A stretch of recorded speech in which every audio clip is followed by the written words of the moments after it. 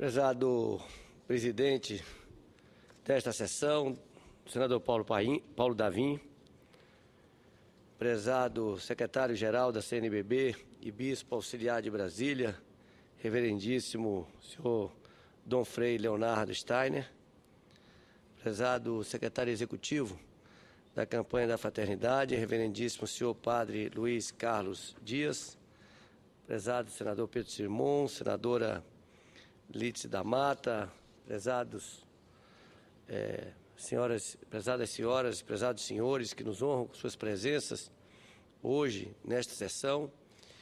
Eu, em primeiro lugar, quero cumprimentar o senador Pedro Simon pelas suas belas palavras, fortes palavras, ele que é uma referência para nós nesta Casa Legislativa. E vou iniciar, senador Pedro Simon, por onde Vossa Excelência terminou, cumprimentando mais uma vez o então Monsenhor Marconi, agora bispo Dom Marconi, que foi ordenado bispo auxiliar de Brasília no último sábado.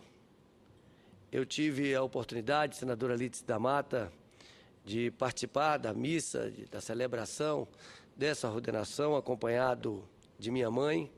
Minha esposa estava viajando a trabalho e foi uma das celebrações mais emocionantes, talvez a mais emocionante que eu tive a oportunidade de participar aqui em Brasília, mostrando o senador Pedro Simon como Dom Marconi é uma pessoa muito querida e muito respeitada aqui no Distrito Federal.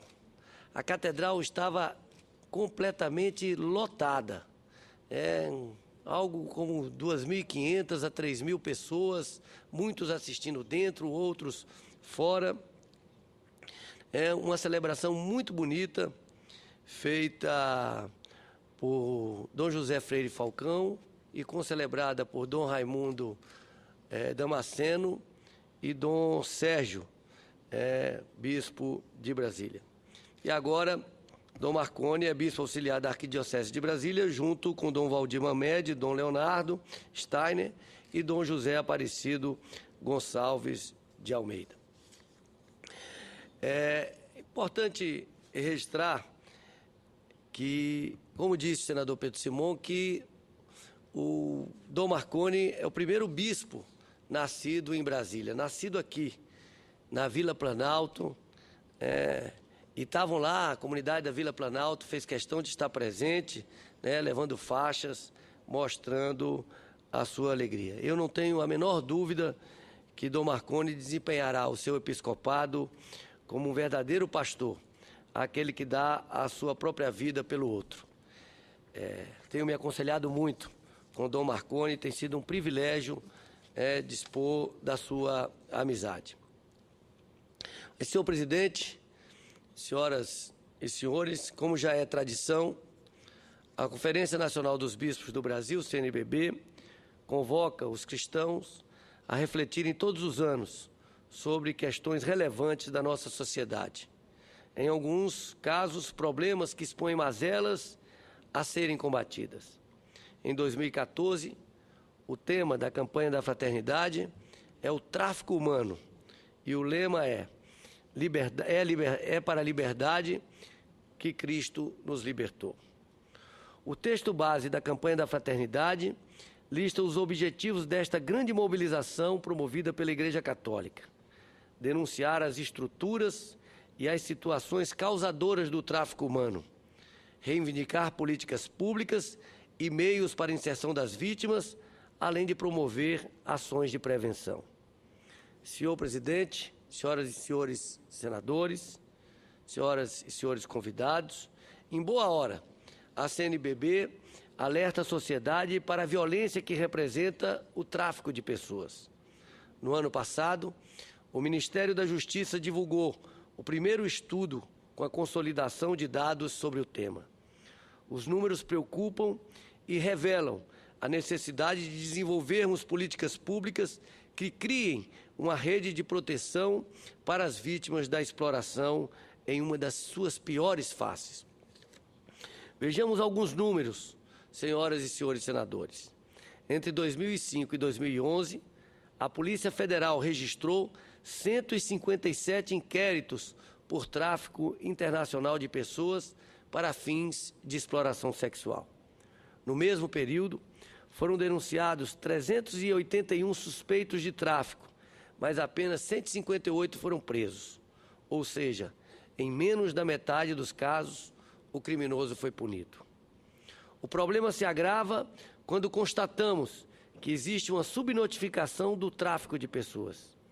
Em primeiro lugar, porque as vítimas não têm acesso aos meios adequados para denunciar o crime. Vivem coagidas em ambientes hostis e perdem a capacidade de reagir aos agressores. O segundo fator, que impede a construção de um quadro mais realista sobre o número de brasileiras explorados em outros países, é a dificuldade de registro em função dos limites da legislação penal. Hoje, a lei prevê apenas o tráfico para fins de exploração sexual, deixando de considerar outras modalidades, como o tráfico para remoção de órgãos e para fins de trabalho escravo. Mas também deve nos preocupar o tráfico interno de pessoas, o crime cometido dentro do próprio Brasil. Um relatório do Sistema Nacional de Estatísticas de Segurança Pública e Justiça Criminal mostrou que entre 2006 e 2011, mais de 1.700 pessoas foram vítimas de tráfico interno para exploração sexual. Quase 300 pessoas por ano. E esses são apenas os casos registrados. Quantas mulheres não terão morrido sem encontrar uma autoridade a quem pudessem pedir socorro? As mulheres jovens são as principais vítimas da exploração sexual.